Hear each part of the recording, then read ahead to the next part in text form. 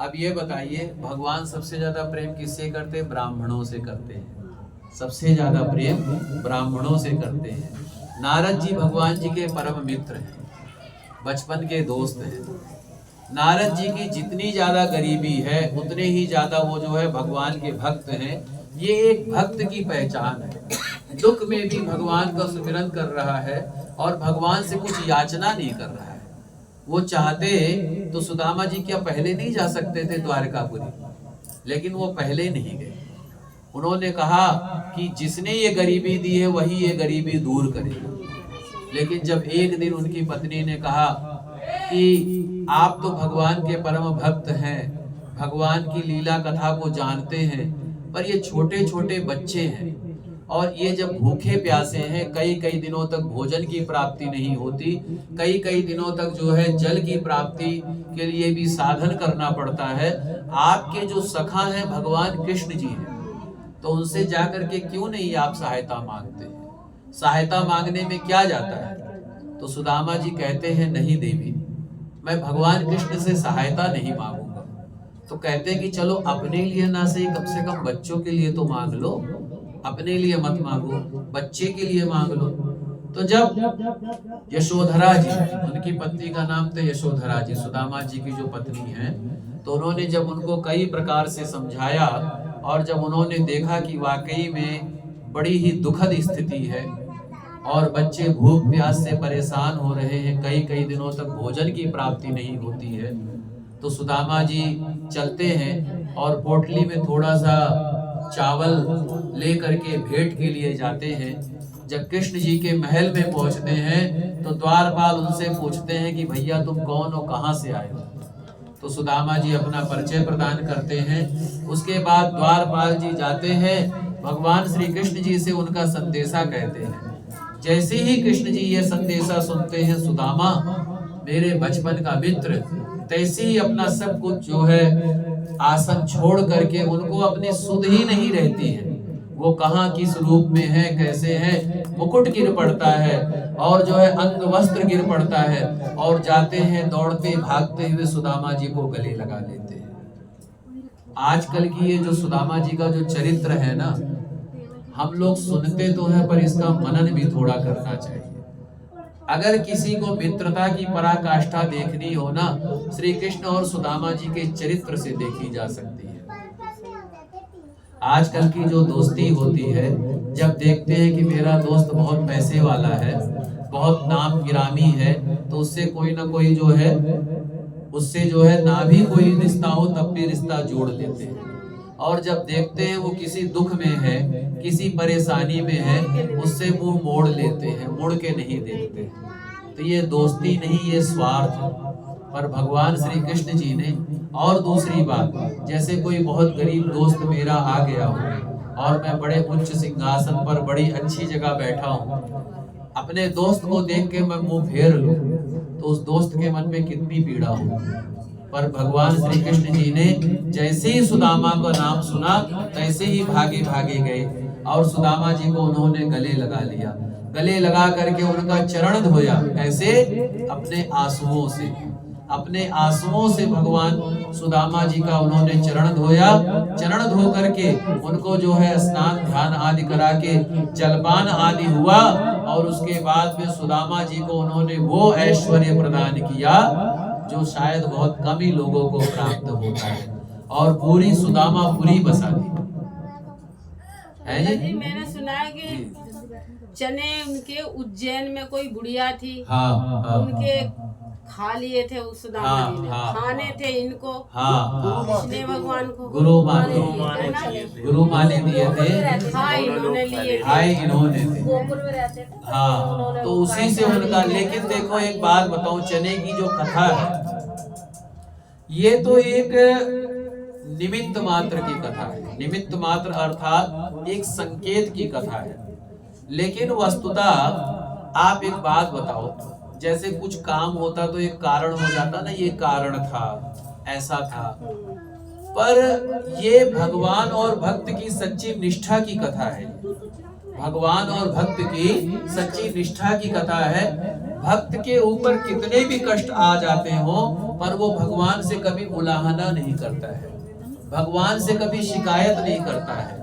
आप एक बात बताओ, अगर कोई मेरा परम खास मित्र है और वो बहुत ऊंची पदवी पर है, तो क्या वो मुझे जानता नहीं है, मानता नहीं है? तो ऐसे ही कृष्ण जी सुदामा जी के बारे में सब कुछ जानते हैं, सब कुछ देखते हैं, लेकिन सुदामा जी का कुछ प्रारब्ध था, तो उस प्रारब्ध को हटाने के लिए उन्होंने वो कष्ट उनको भोगना पड़ा था। लेकिन जब उनकी कृपा हो गई तो सारे कष्ट बिल्कुल खत्म हो गए।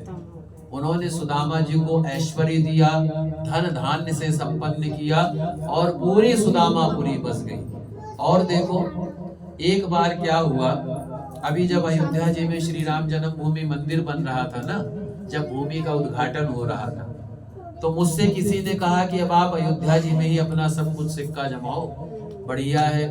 और उनका कहना भी सही था, क्योंकि भाई अब आप अयोध्या जी जाइए दर्शन करने, तो आपको इतना सब कुछ वहाँ रौनक दिखेगी, इतना काम धंधा दिखेगा, इतनी जो है वहाँ पर चहल पहल दिखेगी, जो शायद मुझे लगता है हजारों वर्षों में नहीं रही हो।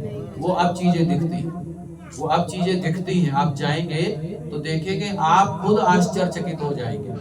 तो वो तो हमारे भलाई के लिए कह रहे थे, पर मैंने क्या कहा, जिस पीतमपुरा ने मेरा भरण पोषण किया है, जिसने मुझे परिवार का प्यार दिया, सम्मान दिया, देखो देखो देखो गिरना जाए, अरे तो जिसने मुझे सब कुछ दिया है, ऐश्वर्य दिया है, मैं उनको छोड़ के तो कहीं नहीं जाऊंगा।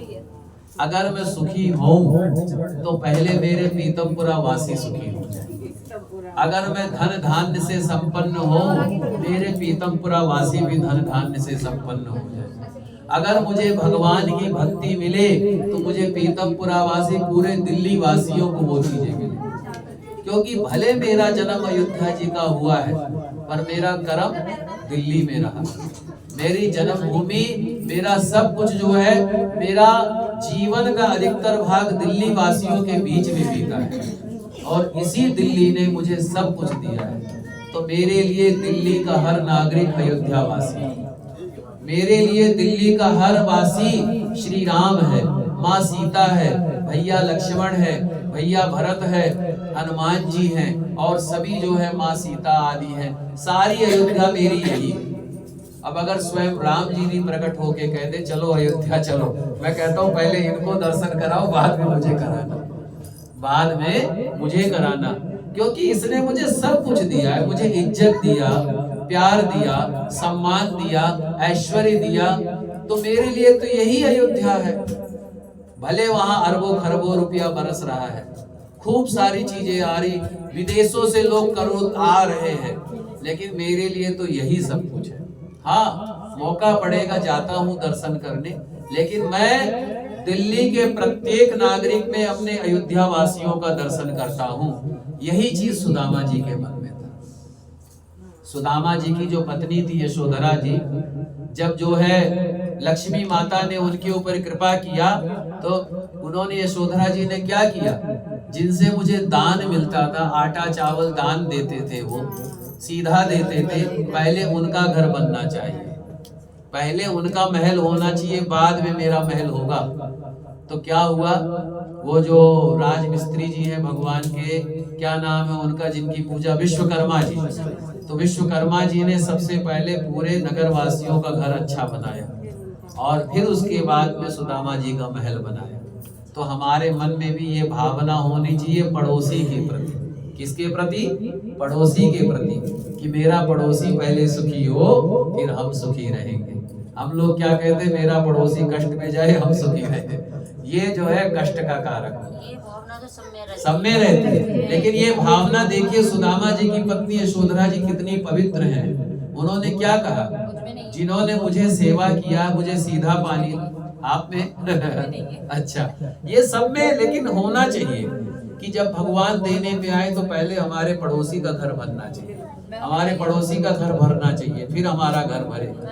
सामने वाला पहले को भरे। हाँ हमारे हाँ घर के सामने ही हाँ। एक प्रेस का ठिया है, जिसकी वजह से अच्छा। मुझे परेशानी बहुत होती है, बहुत अच्छा शोर होता है। अच्छा, लेकिन मैं सोचती हूँ उनकी रोजी रोटी बढ़ती रहे, बस सही शोर बात। से मुक्त। लेकिन चलो, जागी रही भावना जैसी, प्रभु मूरत देखी दिन तैसी। भावना पवित्र रखोगे, आपका कल्याण हो जाएगा, आपका काम पूरा हो जाएगा। भावना अच्छी रखो। तो इसीलिए यशोधरा जी ने सबका मकान सुंदर सा बनाया, सबका अच्छा सा बनाया, फिर उन्होंने, तो ये सुदामा जी की अनुपम भक्ति। तो जो भगवान का परम भक्त होगा ना, वो पहले दूसरों को उठाएगा, स्वयं बाद में अपनी जो है लाभ करेगा, दूसरों को सुख पहुंचाएगा, अपने को बाद में सुख मैं तो पहुंचाएगा। अयोध्या जी की स्थापना जब तक जीऊंगी तब तक नहीं भूलूंगी। ये तो देखिए भगवान की बहुत बड़ी कृपा है आपके ऊपर अंकल उसी दिन चले गए जी।